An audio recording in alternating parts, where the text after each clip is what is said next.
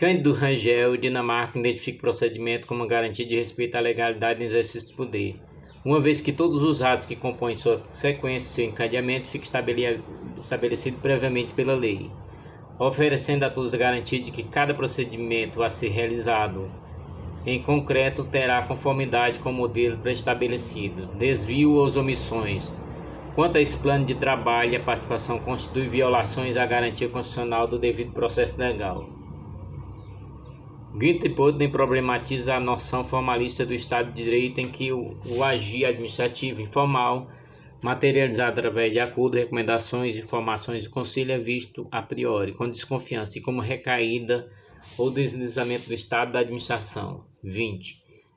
Argumenta que nas modernas e complexas relações entre cidadão e administração, o agir informal é um fato importante pela realidade. A lei não consegue abranger todos os fenômenos e, diante disso, o cidadão ficaria desprotegido frente ao informal. A qualquer tempo, a administração poderia quebrar sua palavra alegando descumprimento da lei. 21. Para o autor, o Estado de Direito deve realizar um justo equilíbrio entre o elemento formal, que remete ao princípio da legalidade, e o informal, que remete no campo administrativo, à tutela da confiança e da honestidade da administração no trato com o cidadão. A vida da coletividade não se reduz à aplicação mecânica da lei escrita, nomeadamente setores como a cultura, a educação e o turismo, nos quais prevalece o informal, o humano, o pessoal. Contudo, a questão da relação entre o aspecto formal e informal do Estado de Direito, verdadeiro jogo de forças interno ao processo de vinculação do agir estatal, é determinado com base no espaço reservado pelo direito possível a cada um. Trata-se aqui de examinar o caso brasileiro. A Constituição remete a um Estado de Direito estritamente formal ou dá espaço para a combinação dos elementos antes mencionados. Como preteriormente salientado, os elementos formais do Estado de Direito estão dispostos em regras constitucionais esparsos. Entretanto, o caput do artigo 1º dispõe que a República Federativa do Brasil se constitui em Estado democrático de direito.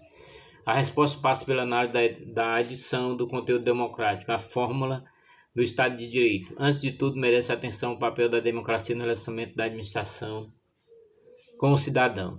A democracia como elemento conformador da atividade processual do Estado. A atuação democrática versus a atuação autocrática do poder público.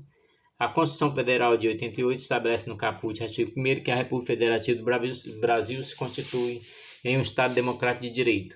Não se resume a Estado de Direito, mas um Estado democrático de direito. Importa investigar o significado da inserção do elemento democrático na forma do Estado de Direito.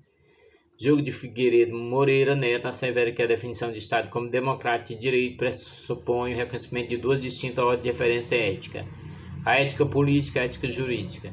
A ordem democrática ou ética política corresponde ao conceito de legitimidade, enquanto a ordem ética jurídica de legalidade.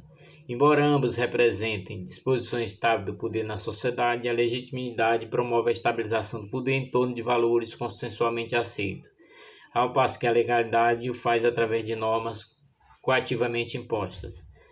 Ao se referir ao Estado Democrático de Direito, Carlos Ari deduz tratar-se de um Estado no qual há entrelaçamento dos elementos constitucionalismo, república, eletividade, periodicidade e responsabilidade do exercício do poder, participação popular direta, separação de poderes, legalidade de direitos individuais e políticos.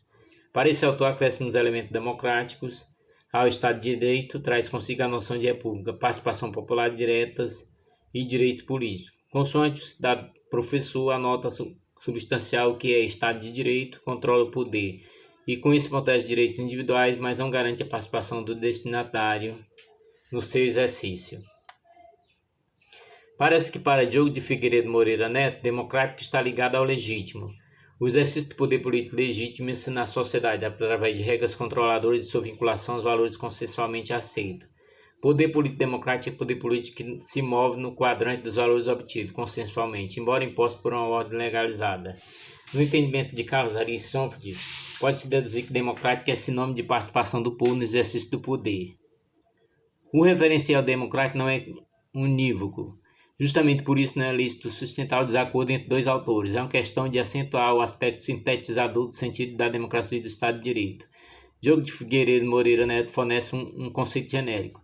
A legitimidade advém do consenso e, sob essa ótica, a participação do povo no exercício do poder é elemento acidental, e surgindo quando em uma sociedade concreta vige um consenso de que isso deve existir. Por outro lado, Carlos Ari Somfeld oferece um conceito mais específico, tendo em vista que a participação popular é consagrada no parágrafo único do artigo 1º da Constituição Federal de 88.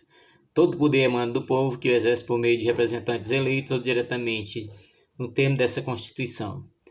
Feita essa ponderação, as lições de Diogo de Figueiredo Moreira Neto e Carlos Aris Sanfilippo completam-se. O primeiro fornece o leitmotiv do democrático e o segundo instrumento constitucionais para sua concretização. Por outro ângulo da comparação entre ambos, se extrai o ponto de partida para a compreensão do sentido da expressão democrática.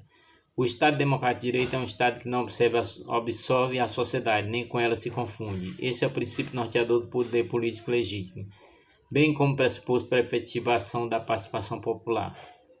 Segundo Dominique Turpin, a democracia realiza-se pela identificação máxima entre governantes e governados, por via de redução da distância entre eles.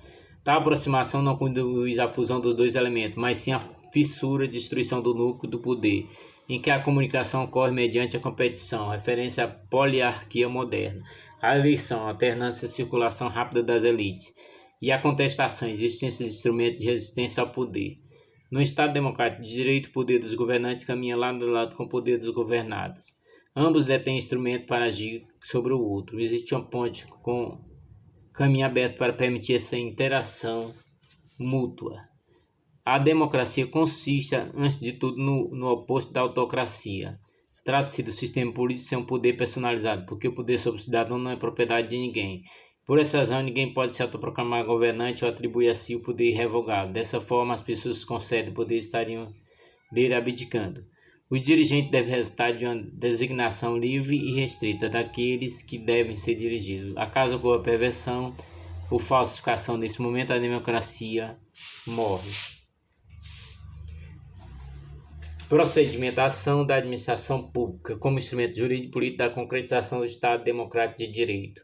O Estado Democrático de Direito pressupõe a existência de uma ordem legitimizada e legalizada. A legitimidade, segundo Diogo de Figueiredo Moreira Neto, reconduz a conformidade do agir do Estado ao interesse público recolhido pelos instrumentos justo-políticos da democracia. Por sua vez, a administração pública, como modo derivado de agir do Estado, permanece duplamente vinculada à legalidade e legitimidade positivada e à legitimação daquilo que não foi ou não pode ser positivado.